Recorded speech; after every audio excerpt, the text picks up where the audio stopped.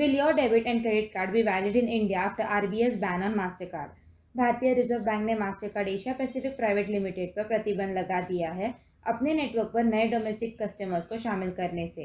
Regulator ने एक बयान में कहा कि प्रतिबंध 22 जुलाई से प्रभावी होगा।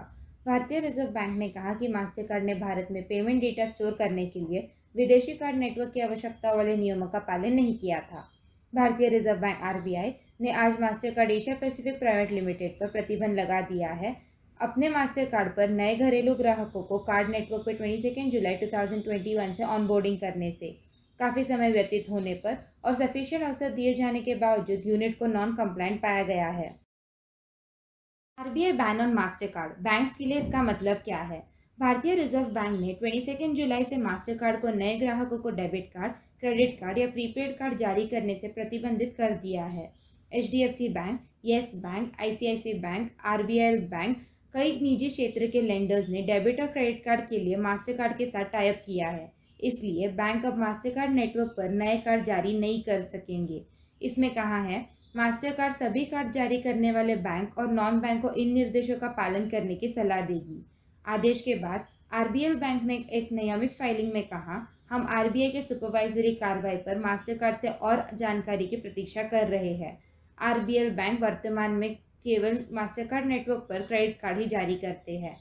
Will Mastercard debit and credit card भी वैलिड इन इंडिया? मास्टरकार्ड एक पेमेंट सिस्टम ऑपरेटर है जो payment and settlement system act के तहत देश में कार्ड नेटवर्क संचालित करने के लिए ऑथराइज्ड है। एएफपी का उल्लेख करते हुए पीपीआरओ लंदन बेस्ड पेमेंट द्वारा जारी आंकड़े के अनुसार 2019 में मास्टर कार्ड ने भारत में सभी कार्ड पेमेंट्स में 30% से अधिक का योगदान दिया। यदि आप मास्टर डेबिट कार्ड या क्रेडिट कार्ड का उपयोग करते हैं तो आपको चिंता करने की आवश्यकता नहीं है। आरबीआई के ताज़े कदम से उन लोगों पर कोई असर नहीं पड़ेगा जो देश में मास्टर कार्ड, डेबिट या क्रेडिट कार्ड का इस्तेमाल कर रहे हैं। बैंकिंग रेगुलेटर्स ने पहले ही उल्लेख किया था कि ये आदेश मास्टर कार्ड के मौजूदा ग्राहकों पर प्रभावी नहीं होंगे, इसलिए ग्राहक बिना किसी बदलाव के अपने मास्टर डेबिट और क्रेडिट कार्ड पर सभी सेवाओं का उपयोग कर सकते हैं। ये पहली बार नहीं है कि भारतीय बैंकिंग रेगुलेटर्स ने नॉर्म्स का पालन नहीं करने के लिए विदेशी नेटवर्क पर खिलाफ एक कड़ा कदम उठाया है। इससे पहले आरबीआई ने अमेरिकन एक्सप्रेस बैंकिंग कॉरपोरेशन और डिनर क्लब इंटरनेशनल लिमिटेड को 1 मई से अपने कार्ड नेटवर्क पर नए ग्राहकों को शामिल करने से रोक दिया था। इन संस्थाओं को पेमेंट सिस्टम डेटा के स्टोरेज के निर्देशों का अनुपालन नहीं करते पाया गया था। ये आदेश मौजूदा ग्राहकों को प्रभावी नहीं करेगा, ये कहा गया। RBI payment data storage rule in India 2018 में भारतीय रिजर्व बैंक ने निर्देश दिया कि सभी सेवा प्रोवाइडर्स को विशेष रूप से भारत में पेमेंट सिस्टम से संबंधित डेटा को स्टोर और प्रोग्रेस करना चाहिए।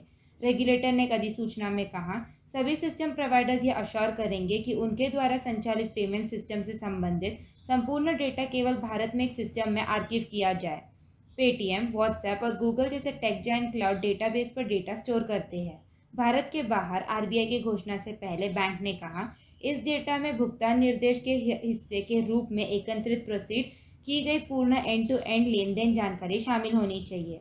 कंपनियों को विदेश में भारत के बाहर लेन देन के डिटेल स्टोर करने की अनुमति है। उन्हें अनुपालन की रिपोर्ट देनी और एक ऑडिट रिपोर्ट भी जारी करनी थी। आरबीआई ने नए पेमेंट डेटा स्टोरेज नॉर्म्स को अश्योर करने के लिए 6 महीने का समय दिया। कंपनियों को अनुपालन की रिपोर्ट और समय सीमा के भीतर एक ऑडिट रिपोर्ट जमा करने के लिए कहा गया था। 2 साल बाद भी कई विदेश कंपनियों ने अभी तक आरबीआई डेटा लोकलाइज गाइडलाइंस का पालन नहीं किया है। अगर आपको ये वीडियो इन्फॉर्मेटिव लगा हो तो चैनल को सब्सक्राइब कर दीजिए। Thank you.